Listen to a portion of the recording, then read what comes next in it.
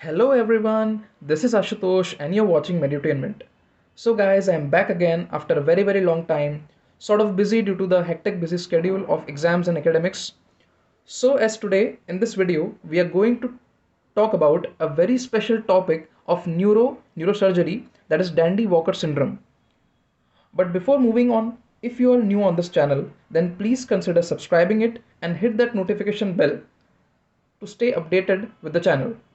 You can also visit my channel page to get more such exciting videos. So let's do not waste time and get started. So stay tuned till the end. So today we are going to talk about the topic that is Dandy-Walker syndrome, which is the most important topic of the neurosurgery. So how this syndrome got its name Dandy-Walker syndrome. So let's talk about it. So this syndrome was named after or discovered by Dr. Walter Dandy and Dr. Arthur Walker. That is why it is called Dandy-Walker. They both were neurosurgeons by the very profession. So from the initials of their name, it was taken Dandy and Walker from both the neurosurgeons, and this syndrome was named as Dandy-Walker syndrome, as this both neurosurgeons have contribution to get this syndrome named. So we called it as Dandy-Walker syndrome. So as we have said that it was first discovered or described by Dr. Walter Dandy and Dr. Arthur Walker, as the syndrome was named like this. Next is, it is a congenital brain defect where there is a cystic malformation in the cerebellum that blocks the CSF from exiting the brain. Now, as we all know that this Dandy-Walker is actually a congenital brain defect. Congenital means it is present innate, or we can say it is present by birth. So that is what we call it as congenital. So the meaning of congenital is basically innate or present by birth, which develops in utero. So as we know, this is a congenital defect. So it is developing in utero. So it is a congenital brain defect, as we have all seen the meaning of congenital. So it is a congenital brain defect where there is a cystic malformation in the cerebellum. Means we can say that there is a defect, congenital defect.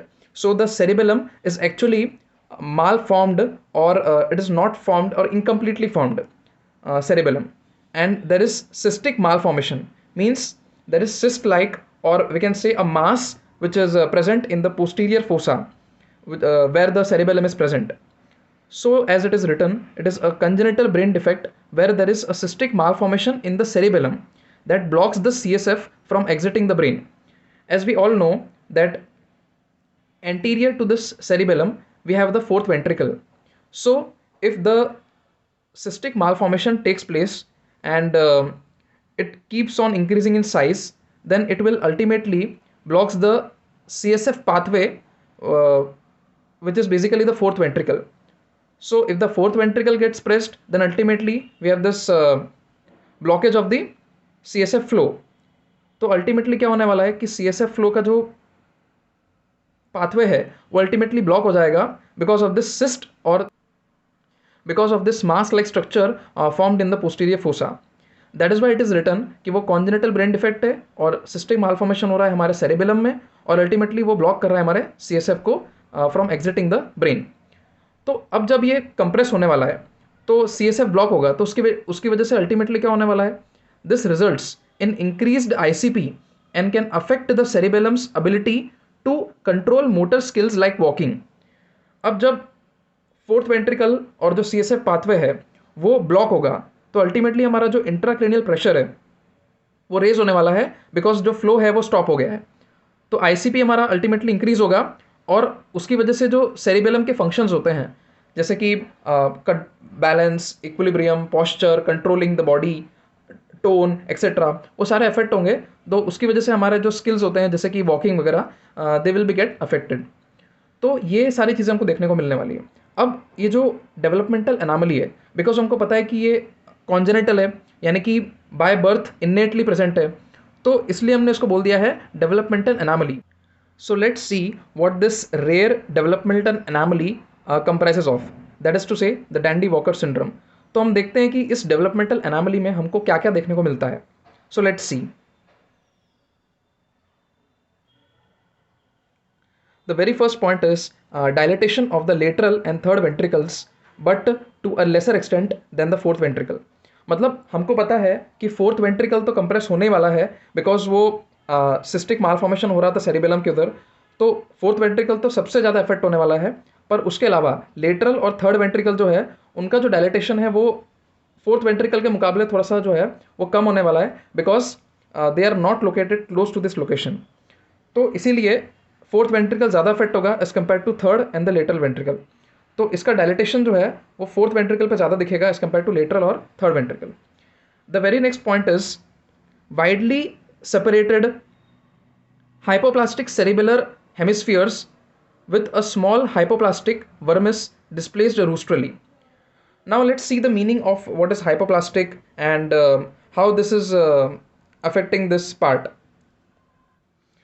तो इधर जो मतलब होता है hypoplastic का, hypoplastic means underdevelopment or incomplete development of a tissue or organ and it refers to an inadequate or below normal number of cells. इसका मतलब जो डेवलपमेंट हुआ है वो इनकम्प्लीट है और इनएडिक्वेट or below number of normal sales जो है वो हमारा जो नंबर ऑफ सेल्स हैं वो बहुत रिड्यूस्ड है, वो कम है। इसकी वजह से उसका जो ओवरऑल मास है वो रिड्यूस हो जाता है। तो टिश्यूज़ या ऑर्गन्स पूरी तरीके से डेवलप नहीं होते हैं और इसमें वर्मिस का भी इन्वॉल्वमेंट है। तो वर्मिस भी कैसा हो जाएगा, हाइपोप्लास्टिक, यानी कि उसका प्रॉपरली डेवलपमेंट नहीं हुआ है, वो अंडर डेवलप्ड है and it refers to an inadequate or below normal number of cells. तो इसका तो मतलब समझ में आ गया है कि जो सेल्स का नंबर है वो रिड्यूस हो गया है। अब एक और हमने टर्म देखा था कि वो जो श्रिंक होता है तो वो श्रिंक होकर के रूस्ट्रली ट्रैवल करता है। तो हमारा जो ब्रेन है उसका जो डायरेक्शन है रूस्ट्रली वो समवॉट एंटीरियरली होता है rostrally, caudally is like this backward, और अगर बॉडी वाइज देखा जाए पूरा तो रूस्ट्रल हमारा ऊपर होता है up and caudally is down. So rostrally देखा जाए तो ऑलमोस्ट ये डायरेक्शन में ट्रैवल कर रहा है, दिस डायरेक्शन। तो इस डायरेक्शन में वो जो है वो रूस्ट्रल जो है वो ट्रैवल करता है इस डायरेक्शन में समवॉट। तो ये जो डायरेक्शन है हमारा वो रूस्ट्रल डायरेक्शन है। तो इसी डायरेक्शन में जो है उसका शिफ्ट होता है सेरिबेलम का, क्योंकि वो अंडर डेवलप्ड है, वो माल फॉर्म्ड है, तो वो इसी डायरेक्शन में ट्रैवल करके वो जाता है। तो ये हमारा डायरेक्शन होता है रूस्ट्रली का। तो यही उधर बोला गया है रूस्ट्रली मतलब। आई होप ये पॉइंट क्लियर हो गया होगा कि widely separated hypoplastic cerebellar hemispheres with a small hypoplastic vermis displaced rostrally. Rostrally मतलब अप डायरेक्शन में भी हमने देखा था। तो इधर हमारा जो हेमिस्फीयर्स है cerebellar hemispheres along with the vermis दोनों ही जो है अफेक्ट हो रहे हैं और वो रूस्ट्रली जा रहे हैं और उनका हाइपोप्लास्टिक नेचर दिख रहा है। तो ये हमारा सेकंड पॉइंट है। So here you can see ये जो है ये सेरिबेलम है और ये दो जो है वो सेरिबेलर हेमिस्फीयर्स हैं and in the centre we will find this vermis जिसकी हम बात कर रहे थे। और इधर जो है हमको वापस वो सेरिबेलर हेमिस्फीयर्स दिखता है with all the lobes, anterior, middle, जो भी लोब्स होते हैं, and in the centre we have the vermis. Vermis के बहुत सारे डिविजन्स होते हैं, हम आगे देखेंगे। और यही होता है सेरिबेलर हेमिस्फीयर्स और वर्मिस का हाइपोप्लेजिया, जो कि हम डैंडी वॉकर सिंड्रोम में दिख रहे थे। तो यही पार्ट जो है वो श्रिंक हो जाता है और उसका हाइपोप्लेजिया देखने को मिलता है। तो ये है वो सेरिबेलर पार्ट और वर्मिस। तो जैसा कि हमने डिस्कस किया था सेरिबेलम क्या होता है और वर्मिस क्या होता है, तो हम जो डिस्कस कर रहे थे कि वर्मिस के कुछ पार्ट्स होते हैं। तो जैसा कि आप देख सकते हैं इधर वर्मिस के जो पार्ट्स हैं वो हैं लिंगुला, लोब्यूल, डिक्लाइव, फोलियम और बहुत सारे हैं जैसे कि ट्यूबर, पिरामिड, यूबुला, नोड्यूल। तो ये सारे स्ट्रक्चर्स होते हैं वर्मिस के जो हमने डिविजन्स देखे थे। और ये वही दो सेरिबेलर हेमिस्फीयर्स हैं, उनका अलग अलग व्यू जो है दिखा कर रखा है, दैट इज़ टू से एंटीरियर एंड पोस्टीरियर। ये पूरा जो डिस्क्रिप्शन है सेरिबेलम का ये किसी और वीडियो में डिस्कस करेंगे। अभी जस्ट एक जिस्ट के लिए हमने जो है ये पिक्चराइजेशन देखा है। Next is enlarged posterior fossa with high tentorium cerebelli, torcula and transverse sinuses. तो हमको पता है कि पोस्टीरियर फोसा एनलार्ज होगा, क्यों? क्योंकि हमने देख लिया है ऑलरेडी कि सिस्टिक मालफॉर्मेशन होगा। तो सिस्टिक मालफॉर्मेशन होगा, एक सिस्ट लाइक एक मास फॉर्म्ड होने वाला है, तो डेफिनेटली वो स्ट्रक्चर्स को डिस्प्लेस करेगा।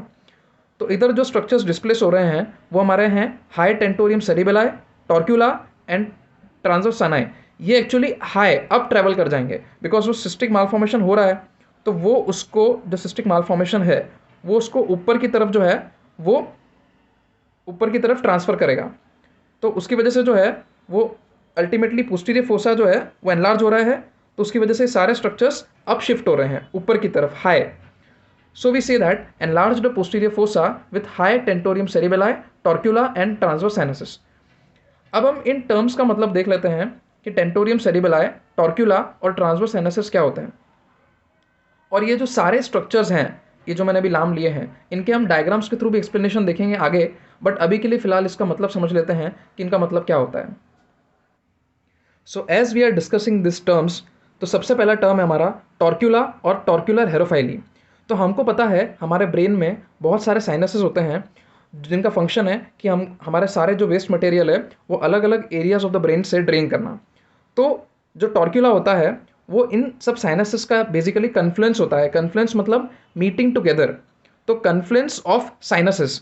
तो जो टॉर्क्यूला या टॉर्क्यूलर हेरोफाइली है वो बेसिकली क्या है, कॉन्फ्लुएंस है इन्हीं साइनसेस का, यानी कि ये साइनसेस सारे जो है वो एक जगह पे इकट्ठा होते हैं, मिलते हैं। सो कॉन्फ्लुएंस और meeting together of the sinuses.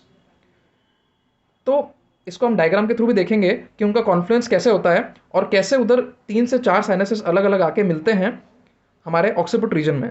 तो उसको बोला जाता है, जो जंक्शन होता है बेसिकली सारे साइनसेस का, वही होता है हमारा टॉर्क्यूला। नेक्स्ट देखते हैं, it is the connecting point of the superior sagittal sinus, straight sinus and occipital sinus. मैं इन्हीं की बात कर रहा था कि अलग अलग साइनसेस जो हैं, ये जो मैंने बात किया सुपीरियर, स्ट्रेट और ऑक्सीपिटल साइनस, ये सारे कनेक्ट होते हैं, और ये कनेक्टिंग पॉइंट जो होता है जिसको कन्फ्लुएंस बोला है हमने, वही हमारा टॉर्क्यूला या टॉर्क्यूलर हेलोफाइली है। It is found deep to the occipital protuberance of the skull. जैसे मैंने बोला, जो हमारा ऑक्सीपिटल प्रोट्यूबरेंस होता है पोस्टीरियरली स्कल के, उसके जस्ट डीप रहता है हमारा ये टॉर्क्यूला या टॉर्क्यूलर हेलोफाइली। अगला जो है, blood arriving at this point then proceeds to drain into the left and right transverse sinuses. तो ये जो है फिर वो राइट और लेफ्ट ट्रांसवर्स साइनसेस में अलग अलग डिवाइड हो जाता है। इन तीनों से आ करके फिर वो लेफ्ट और राइट ट्रांसवर्स साइनसेस में डिवाइड हो जाता है, और इस तरीके से वो जो पूरा जो है वो सर्कुलेट होता है। तो ये मतलब होता है हमारे टॉर्क्यूला या टॉर्क्यूलर हेरोफाइली का। इसको हम डायग्राम के थ्रू भी समझेंगे आगे। तो जैसा कि हम बात कर रहे थे, टॉर्क्यूला जो होता है, टॉर्क्यूला हेरोफाइली, इसके बारे में हमने डिस्कस किया था।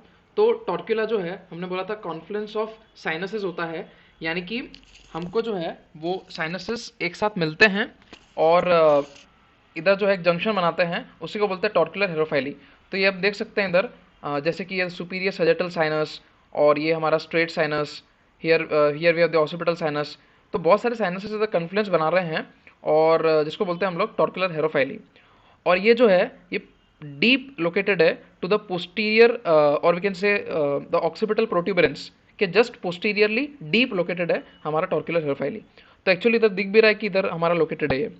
और उसके साथ साथ जो है इधर ट्रांसवर्स साइनसेस भी हैं, ये जो दो दिख रहे हैं, this one and this one. तो ये ट्रांसवर्स साइनसेस हैं, जो कि टॉर्क्यूलर हेरोफाइली से ड्रेनेज वापस लेके जाते हैं फ्रॉम द पोस्टीरियर पार्ट और back part of the brain. So this is all about the torcular herophyly and transverse sinuses.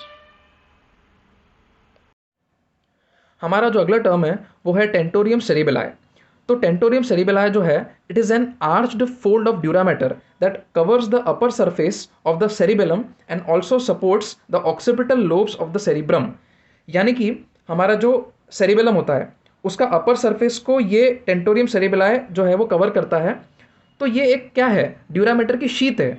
Dura mater की शीट है जो सेरिबेलम को ऊपर से कवर कर रहा है और जो हमारा सेरिब्रम है उसको नीचे से कवर कर रहा है। यानी कि जो हमारा ऑक्सीपिटल लोब है सेरिब्रम का, तो हमारा सेरिब्रम ये रहा, तो ये सेरिब्रम है, उसके नीचे टेंटोरियम सेरिबेलाई है, और उसके नीचे फिर हमारा सेरिबेलम है। तो सेरिब्रम, टेंटोरियम सेरिबेलाई और सेरिबेलम, तो इस तरीके से वो बीच में रह करके एक ड्यूरामेटर की शीट बनाता है। तो इस तरीके से वो कवर कर रहा है इसको। इसको भी हम डायग्राम के थ्रू देखेंगे। तो ये होता है हमारा टेंटोरियम सेरिबेलाई। तो जैसा कि हमने डिस्कस किया, जो टेंटोरियम सेरिबेलाई होता है, तो ये हमारा जो है ये पोस्टीरियर क्रेनियल फोसा है, उसमें हमारा लोकेटेड है, उसमें हमारा लोकेटेड है टेंटोरियम सेरिबेलाई, जो कि हमारे posterior part of the cerebrum यानी कि जो ऑक्सीपिटल पार्ट है उसको कवर कर रहा है इंफीरियर सरफेस, और इसके जस्ट नीचे हमारा होता है सेरिबेलम का सुपीरियर सरफेस। तो इस तरीके से वो कवर कर रहा है हमारे cerebellum as well as cerebrum. तो ये होता है हमारा टेंटोरियम सेरिबेलाई। हम नेक्स्ट इमेज में देखेंगे कैसे वो सेपरेट कर रहा है दोनों को। एज वी हैव सीन कि जो टेंटोरियम सेरिबेलाई है वो हमारे सेरिबेलम को और सेरिब्रम को हमारे सेपरेट कर रहा है। तो हमको इधर दिख रहा है ड्यूरामीटर की शीट बिल्कुल एक दिख रही है हमको, ये हमारा टेंटोरियम सेरिबेलाई है जो कि सेरिबेलम का सुपीरियर सरफेस और एक तरह से जो ऑक्सीपिटल पार्ट है हमारा सेरिब्रम का उसका इन्फीरियर पार्ट, इस तरीके से वो सेपरेट कर रहा है हमारा tentorium cerebelli. Here it is located, और इधर हमारा जो साइनसेस हैं और वो अलग अलग दिख रहे हैं। तो ये हमारा टेंटोरियम सेरिबेलाई है जो कि सेरिबेलम के सुपीरियर एस्पेक्ट में होता है। I hope you are clear with all those terms जो अभी हमने देखी। अगला जो हमारा पॉइंट है वो है cystic dilatation of the fourth ventricle, usually related to congenital absence of the foramina of Luschka and the Magendie. तो हमको पता है कि जब CSF फ्लो होता है तब हमारा फोर्थ वेंट्रिकल से कुछ एग्जिट्स निकलते हैं। तो जो फोरामेना ऑफ लश्का और मेजेंडी है वो उसके एग्जिट्स हैं, और ये जनरली इनका एब्सेंस देखने को मिलता है कॉन्जेनिटल एब्सेंस, जिसकी वजह से भी हमारा जो सिस्टिक डायलेटेशन है वो फोर्थ वेंट्रिकल के उधर होता है और वो ICP रेज्ड होता है और वो सारी चीज़ें होती है। तो उसमें जो फोरामेन ऑफ लश्का और मेजेंडी है उनका भी रोल है, बिकॉज अगर ये नहीं होंगे तो हमारा CSF सब एरेक्नॉइड स्पेस में नहीं जा पाएगा और अल्टीमेटली वो उधर ही एक्यूमुलेट होता रहेगा। तो इनका प्रेजेंस बहुत ज़रूरी है फॉर द एग्जिट और for the fluent flow of the CSF। And in 50% of the lateral and the third ventricles communicate. तो बहुत कम लोगों में लेटरल और थर्ड वेंट्रिकल्स कम्युनिकेट कर पाते हैं। तो ये पॉइंट जो है इसमें हम देखते हैं कि फोरामेन ऑफ लश्का और मेजेंडी क्या होते हैं और कहाँ प्रेजेंट रहते हैं। तो हम जैसा कि डिस्कस कर रहे थे foramen of Magendie and foramen of Luschka. तो जो फोरामेन ऑफ लश्का होता है वो लेटरल अपर्चर्स होते हैं, मतलब लेटरल 2 ओपनिंग्स होती है। So they are 2 in number left and right in the fourth ventricle. तो उधर जो है लेटरल अपर्चर्स होते हैं 2 इन नंबर, 2 होते हैं ये। तो इसको याद रखने का तरीका ये है कि L for Luschka, L for lateral apertures, okay. And foramen of Magendie जो है वो मीडियन अपर्चर्स है, and the technique remains the same कि हमारा जो M for Magendie, M for median aperture. तो हमारा जो है वो मेजेंडी एक मीडियन अपर्चर है और मीडियम ओपनिंग है, और फोरामेन ऑफ लश्का जो है वो लैटरल ओपनिंग है। तो मीडियन अपर्चर जो है तो वो लोकेटेड कहाँ पे होगा? It is located in the midline in the inferior aspect of the roof of the fourth ventricle caudal to the nodule of the cerebellum. तो अलग अलग उसके पार्ट्स होते हैं, तो सेरिबेलम के पास में रहता है और अल्टीमेटली थोड़ा सा इंफीरियर एस्पेक्ट में होता है हमारे वेंट्रिकल्स के, ओके। तो ये जो है ये मीडियन अपर्चर होता है और ये लश्का, और ये जो दोनों हैं they both usually open into the cisterna Magna. अब ये सिस्टर्ना मैग्ना में जो दोनों ओपन हो रहे हैं, सिस्टर्ना मैग्ना होता क्या है? अब हमको पता है कि this cisterna is basically dilated part of the sub arachnoid space, यानी कि इस सब एरेक्नॉइड स्पेस का डायलेटेड पार्ट होता है हमारा सिस्टर्ना। तो हमको पता है कि जब CSF जो है CSF फ्लो जो है वो एग्जिट करता है हमारे एग्जिट करता है इन फोरामेन से, यानी कि फोरामेन ऑफ मेजेंडी एंड लश्का। तो अल्टीमेटली वो जो है वो सब एरेक्नॉइड स्पेस में जाता है और उससे फिर अल्टीमेटली वो एरेक्नॉइड ग्रैनुलेशंस और उससे होके फिर वापस CSF इस तरीके से फ्लो करता है। तो इन दोनों अपर्चर से अल्टीमेटली वो सिस्टर्ना मैग्ना में जाता है, और जो सिस्टर्ना है वो हमारा dilated part of the sub arachnoid space है। तो इस तरीके से हमने देखा कि वो कैसे इंटर रिलेटेड है हमारे जो दोनों फोरामेंस है और वो कहाँ जाके ओपन होते हैं। तो आई थिंक सो आपको ये क्लियर हो गया होगा कि ये दोनों फोरामेंस क्या होते हैं। अब इनको डायग्रामेटिकली भी हम देखेंगे कि कैसे ये दोनों फंक्शन करते हैं और कहाँ पे लोकेटेड होते हैं। तो जैसा कि हम बात कर रहे थे वेंट्रिकल्स की, तो ये हमको दिख रहा है लेटरल वेंट्रिकल, थर्ड वेंट्रिकल, और ये हमारा है फोर्थ वेंट्रिकल, और ये हमारा है सेरिबेलम, ओके। तो ये हमारा पूरा पाथवे है जिसके थ्रू हमारा पूरा CSF फ्लो करता है, और इधर जो हमारा फोर्थ वेंट्रिकल होता है। और हम जिस 2 फोरामेंस की बात कर रहे थे वो हमारे हैं फोरामेन ऑफ लश्का, जिसका लेटरल अपर्चर इधर है, और actually they are 2 in number, and जो फोरामेन ऑफ मेजेंडी है मीडियन अपर्चर वो इधर लोकेटेड है। तो ये दोनों अपर्चर्स फोर्थ वेंट्रिकल के क्लोजली होते हैं which is in turn close to the cerebellum. तो अगर अल्टीमेटली इनका एब्सेंस अगर रहेगा कॉन्जेनेटली तो डेफिनेटली हमारा सीएसएफ ऑब्स्ट्रक्शन होने वाला है। और इसके अलावा जो हमारा सेरिबेलम है उसका अगर माल फॉर्मेशन हुआ, वो रूस्ट्रली ऊपर गया इस डायरेक्शन में, इस ऊपर रूस्ट्रल डायरेक्शन में, तो और इधर अगर सिस्ट फॉर्म हुआ तो डेफिनेटली वो कंप्रेस करेगा हमारे वेंट्रिकल्स को और डेफिनेटली सीएसएफ ऑब्स्ट्रक्शन होने वाला है जो कि हाइड्रोसिफेलस लाइक फीचर्स कॉज करेगा।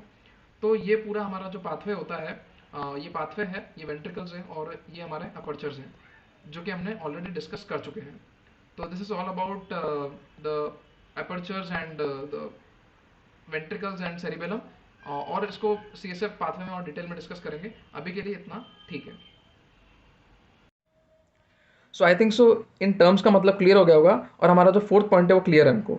अगला जो है thin transparent membrane containing ependymal cells and occasionally cerebellar tissue.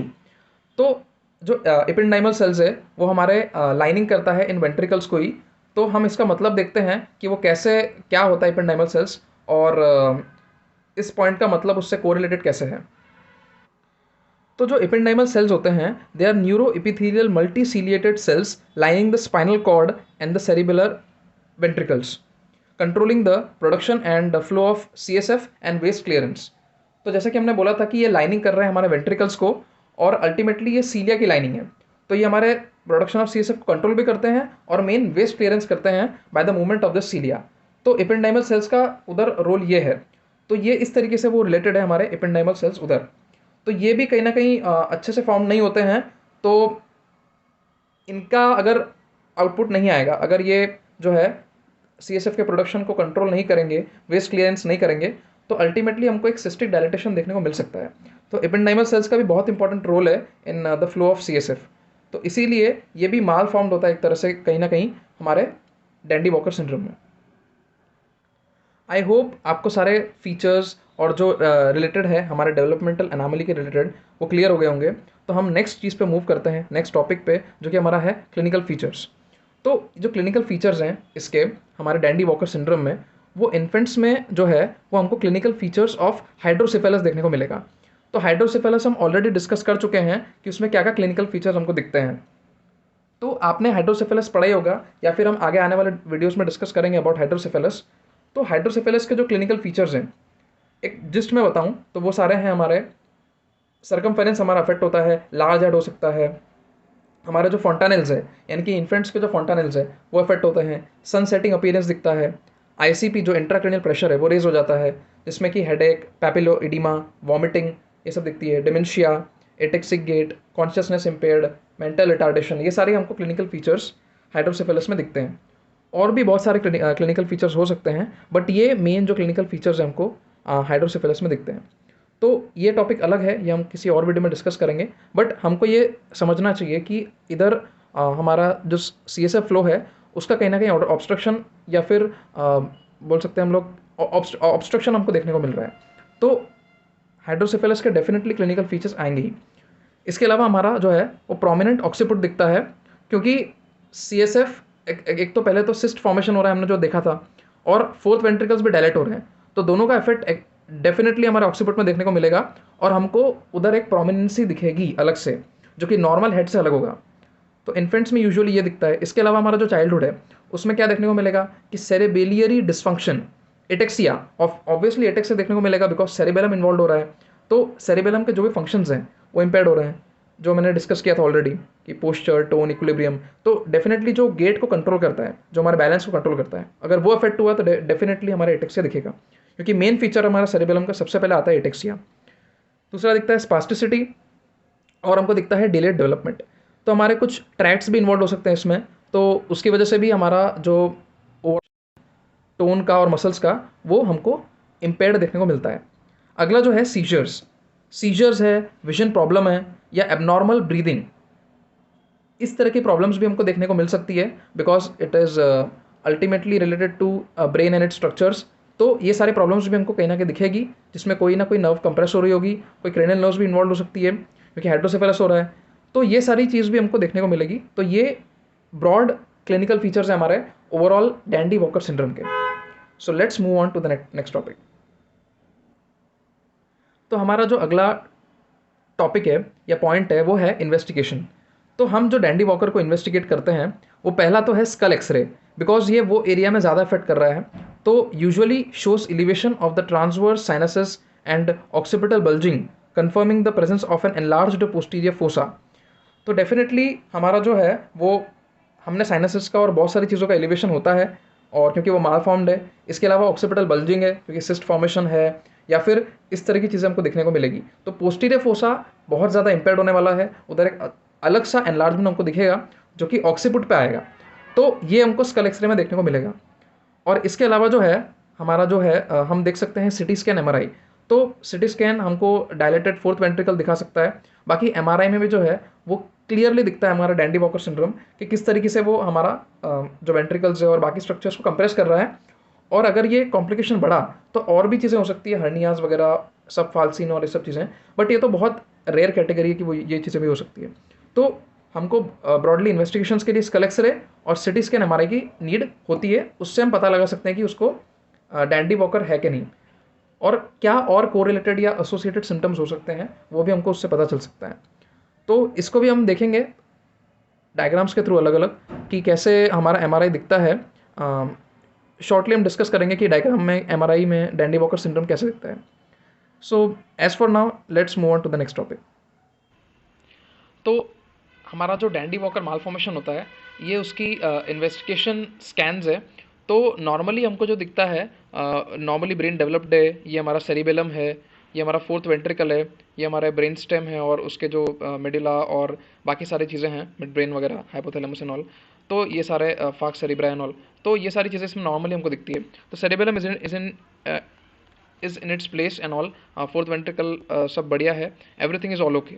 But in dandy Walker malformation you can see that this cerebellum is malformed, malformation is there and it is transformed रूस्ट्रली, जो हमने देखा था अभी theory में कि वो रूस्ट्रली shift हो जाता है और मालफॉर्म्ड होता है। तो इधर हमको एक सिस्ट लाइक जो है मास इफेक्ट भी दिखेगा उसका, जो कि अल्टीमेटली वेंट्रिकल्स को भी कहीं ना कहीं इफेक्ट करने वाला है, और ओवरऑल इधर माल फॉर्मेशन दिखता है। तो पोस्टीरियर फोर्सेस काफ़ी ज़्यादा इम्पेयर्ड होता है, और अंडर डेवलपमेंट हमको दिखता है इधर, hypoplastic vermis and the cerebellar hemispheres. तो ये हमको दिखता है इधर डैंडी वॉकर मालफॉर्मेशन में। Let's see some more pictures. तो ये हमारा जो है एक और इमेज है जिसमें ये इन्वेस्टिगेशन एमआरआई इन्वेस्टिगेशन है, जिसमें हमको क्लियरली एक सिस्ट फॉर्मेशन हमको दिख रहा है इधर, और पोस्टीरियर फोसा पूरा इन्वॉल्व हो रहा है, और हमको वेंट्रिकल्स भी अच्छे से फॉर्म्ड नहीं दिख रहे हैं। तो काफ़ी ज़्यादा इन्वॉल्वमेंट है, और ऑक्सीपुट के इधर एक प्रोट्यूबरेंस भी आया हुआ है। तो ये है हमारा पूरा डैंडी वॉकर। तो जैसा कि हम डिस्कस कर रहे थे, ये कुछ और इमेजेस है related to Dandy Walker syndrome. तो इसमें हमको दिख रहा है कि कैसे वेंट्रिकल्स जो हैं काफ़ी हद तक डायलेटेड हो चुके हैं, एंड और वेंट्रिकल्स काफ़ी इम्पेयर्ड दिख रहे हैं इसमें, और सेरिबेलम भी काफ़ी इन्वॉल्व दिख रहा है इसमें।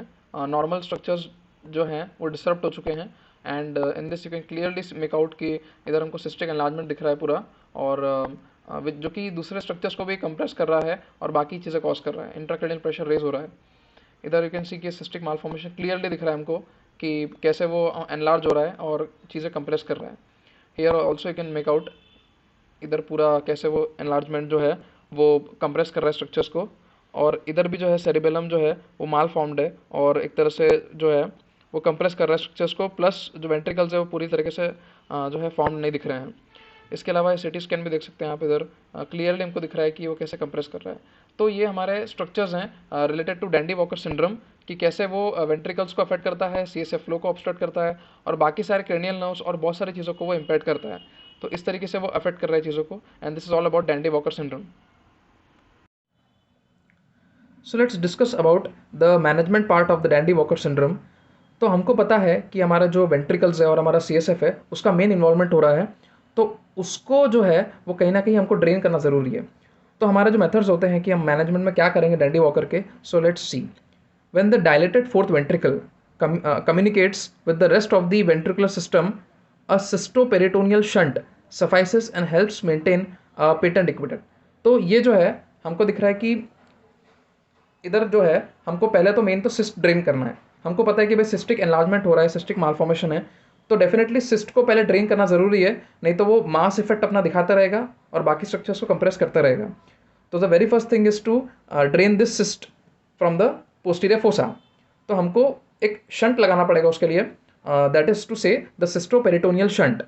तो सिस्टोपेरिटोनियल शंट से जो है वो जितना भी सिस्ट और मास लाइक जो एक्यूमुलेट हो गया है हमारे पोस्टीरियर फोसा में, वो हम ऑल टुगेदर ड्रेन कर सकते हैं हमारे पेरिटोनियल यानी कि peritoneal cavity in the abdomen, उधर हम ड्रेन कर सकते हैं, ताकि हमारा जो प्रेशर है और जो स्ट्रक्चर्स पे प्रेशर आ रहा है और हमारा जो CSF का फ्लो ऑब्स्ट्रक्ट हो रहा है वो हमारा काफ़ी हद तक कम होगा। इसके अलावा हम when two compartment hydrocephalus exist, both the encysted fourth ventricle and the other ventricles required drainage. जैसा कि हमने बोला था कि ड्रेनेज की रिक्वायरमेंट बहुत ज़्यादा है, तो हम लोग जो है वो सिस्टोपेरिटोनियल शंट तो यूज़ कर ही रहे हैं। इसके अलावा हमको पता है कि कॉम्प्लिकेशन के तौर पे हाइड्रोसेफेलस हो रहा है, तो डेफिनेटली हम वेंट्रिकुलो पेरिटोनियल शंट भी यूज़ करेंगे, जो कि हमने हाइड्रोसेफेलस में यूज़ किया था। यानी कि वेंट्रिकल्स के थ्रू जो है लेटरल वेंट्रिकल्स या उनके थ्रू जो है हम एक ट्यूब कनेक्ट करेंगे टिल दी पेरिटोनियम, ताकि वो पूरा जो ड्रेनेज है CSF एक्स्ट्रा CSF है वो पेरिटोनियम में चला जाए और हमारा जो ओवरऑल ICP रेज्ड हो रहा है, वो इंट्राक्रेनियल प्रेशर जो रेज्ड है वो हमारा रिड्यूस हो जाए। तो इस तरीके से ये दोनों जो है सिस्टोपेरिटोनियल शंटिंग एंड वेंट्रिकुलो पेरिटोनियल शंटिंग, ये दोनों ही हेल्पफुल है in case of the management of dandy Walker syndrome. तो इन दोनों की वजह से हमारा ओवरऑल मैनेजमेंट हो जाएगा डैंडी वॉकर का। अब हमको पता है कि ये जो वेंट्रिकुलो पेरिटोनियल शंट है ये हाइड्रोसेफेलस के मैनेजमेंट में मेनली यूज़ होता है, और इसके अलावा भी बहुत सारी चीज़ें यूज़ होती है, तो वो हम किसी और वीडियो में डिटेल में डिस्कस करेंगे कि वेंट्रिकुलो पेरिटोनियल शंटिंग क्या होता है। सो एज फॉर नाउ ये जो मैनेजमेंट है वो इतना होता है। आई होप आपको मैनेजमेंट समझ में आया होगा। तो जैसा कि मैं डिस्कस कर रहा था कि जो सिस्टोपेरिटोनियल शंटिंग होता है, this procedure diverts fluid from the cyst, helping decrease the pressure in the brain. तो मैं वही बात कर रहा था कि सिस्टोपेरिटोनियल शंट जो है वो सिस्ट को जो सिस्ट का जो फ्लूइड है वो डाइवर्ट करता है, ताकि हमारा जो प्रेशर है अल्टीमेटली ब्रेन में वो कम हो सके। तो यही हमने डिस्कस किया, तो यही होता है हमारा cystoperitoneal shunting. As we have seen कि डैंडी वॉकर के जो कॉम्प्लिकेशंस हैं उनमें हमको डेफिनेटली हाइड्रोसेफेलस लाइक कंडीशन दिखेगी। तो उसके लिए हमको जो मैनेजमेंट में हमने पढ़ा था कि हमको शंटिंग करनी पड़ेगी, cystoperitoneal shunting and the VP shunting. तो ये दोनों शंटिंग करनी पड़ेगी। तो इधर जो एग्जांपल है वो हमारा वेंट्रिकुलो पेरिटोनियल शंटिंग है। तो हमको दिख रहा है कि ये वेंट्रिकल से जो है ये कैथेटर आ रहा है और इधर वैल्व्स हैं इसके, और ये कैथेटर जो है ये वेंट्रिकल्स जो इधर लोकेटेड है, जैसे इधर लेटरल वेंट्रिकल है, तो इसको जो है वो ड्रेन कर रहा है ultimately into the with this catheter is go through this tube and ultimately enters into the peritoneal cavity। तो उधर एंटर करता है। तो इस तरीके से ये कहलाता है वेंट्रिकुलर पेरिटोनियल शंटिंग, जो कि हम लोग मैनेजमेंट ऑफ हाइड्रोसेफेलस में मेनली करते हैं। तो वो डैंडी वॉकर में भी आ सकता है, क्योंकि कॉम्प्लिकेशन के तौर पे वो भी हो रहा है हाइड्रोसेफेलस। और इसके अलावा सिस्टोपेरिटोनियल शंटिंग जो होती है वो भी ऑलमोस्ट सेम ही होती है। हम जो है सिस्ट को ड्रेन करते हैं, जैसे हम इसको वेंट्रिकुलर पेरिटोनियल शंटिंग के इसमें ड्रेन कर रहे हैं, वैसे सेम टू सेम हम लोग उसमें भी करेंगे, पेरिटोनियल कैविटी में करेंगे, बट हम उसको उसमें वेंट्रिकल्स की जगह सिस्ट को ड्रेन करेंगे। बस इतना से डिफरेंस है, बाकी almost both the things are same. किसी और वीडियो में हम और भी डिस्कस करेंगे VP शंटिंग के बारे में कि इसमें क्या क्या चीज़ें होती है डिटेल में। सो एज फॉर नाउ ये पूरी चीज़ है। तो इस तरीके से हमने डैंडी वॉकर सिंड्रोम पूरा डिटेल में देखा कि डैंडी वॉकर सिंड्रोम क्या होता है, डैंडी वॉकर सिंड्रोम के इन्वेस्टिगेशंस क्या हैं, उसका क्लिनिकल फीचर्स क्या है, और जो मेन हमको फीचर्स दिखते हैं हमारे डैंडी वॉकर में वो क्या हैं, और अल्टीमेटली उसका मैनेजमेंट क्या है। और डायग्रामेटिकली भी हमने देखा कि कैसे जो डैंडी वॉकर है वो MRIs वगैरह में या फिर अलग अलग इन्वेस्टिगेशन रिपोर्ट्स में कैसा दिखता है, और बहुत सारे टर्म्स डिस्कस किए जिनका इससे कोरिलेशन है। तो इस तरीके से हमने डैंडी वॉकर सिंड्रोम पूरा कंप्लीट किया। I hope you are cleared with all your queries regarding Dandy Walker और ये पूरा topic. And if it is so, then please do give it a big thumbs up and share as much as you can with your friends and family members. If you haven't subscribed my channel yet, then please do subscribe, as it requires a lot of hard work to make such videos. You can also follow me on various social media handles, links given in the description box. What topics do you want me to make next on? Please do comment, ताकि मुझे पता चले कि और कौन से topics पे video बनाना है। तो आपका जो भी डिमांडिंग टॉपिक्स हो उसको कमेंट बॉक्स में लिख दीजिए। I will try to make video on that also. So as for now, see you guys soon in the next video. Till then keep watching and keep sharing. So this is Ashutosh here, signing of.